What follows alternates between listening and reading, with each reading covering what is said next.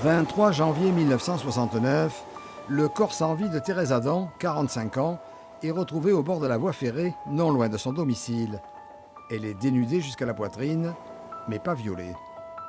Les constatations faites par les gens de la police sur place ont déterminé que, visiblement, elle avait été tuée par au moins un coup de feu d'une balle de 22 long rifle. Quelques mois plus tard, une autre femme est abattue dans le même secteur. Le mode opératoire est identique, le tueur est sûrement le même. Il assomme sa victime d'abord avec ce qu'on a jugé être un morceau de manche de pioche. Ensuite, les victimes sont exécutées d'une balle dans la tête et toutes les victimes sont victimes de vol puisque leur sac à main disparaît. L'homme porte un grand ciré et cache son visage sous un foulard. Il est vite surnommé le tueur de l'ombre. Il frappait à des époques où il faisait nuit tard le matin et tôt le soir. Près de 4 ans passent et les habitants se croyaient tranquilles. Mais l'assassin frappe une nouvelle fois en 1973. Toujours dans ce triangle de la mort, on commence à parler de tueur en série.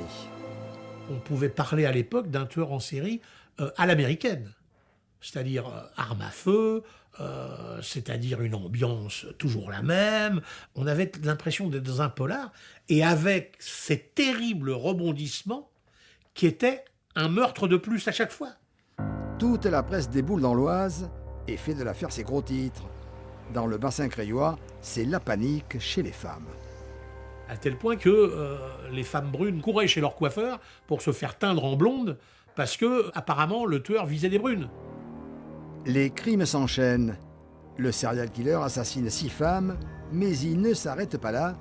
Il tue aussi un couple en train de flirter dans une voiture à côté du cimetière de Laigneville. Ce double meurtre va lui être fatal. Dans ce cimetière, il y avait une douille de 22 longs rifles qui avait été récupérée au pied d'un robinet. On pouvait facilement en déduire que, en pleine nuit, aller se laver les mains à ce robinet signifiait qu'il connaissait l'existence de robinet, donc il connaissait parfaitement le cimetière. L'inspecteur le veut à la PJ, on l'appelle Maigret, car il ne lâche pas facilement une piste. Il relève donc les patronymes sur les caveaux des cimetières et il les croise avec sa liste de suspects. Une bonne enquête à l'ancienne. Et là, il y avait des noms communs, des patronymes communs. Donc il fallait ensuite savoir s'il y avait un lien entre ces suspects et ces patronymes. Et là, il y avait une douzaine de noms qui restaient.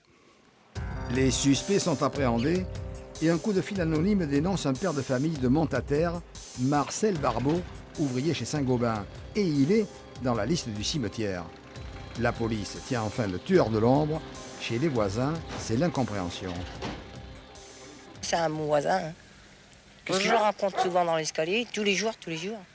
Pour nous, c'est un homme calme, tranquille. Hein. On n'avait rien à dire de lui, nous. Dans la cave de Marcel Barbeau, les enquêteurs retrouvent une carabine et des munitions. Il est jugé par la cour d'assises de l'Oise en 1981 pour 5 crimes sur les 8 qui lui sont attribués. L'autre carabine, donc celle de 3 meurtres, n'a jamais été retrouvée. Il échappe à la peine de mort qui est en train d'être abolie. Rejugé en 1983, il écope de la même peine, la perpétuité. Depuis 41 ans, Marcel Barbeau est incarcéré à la centrale de Saint-Maur dans l'Indre, où il est bibliothécaire.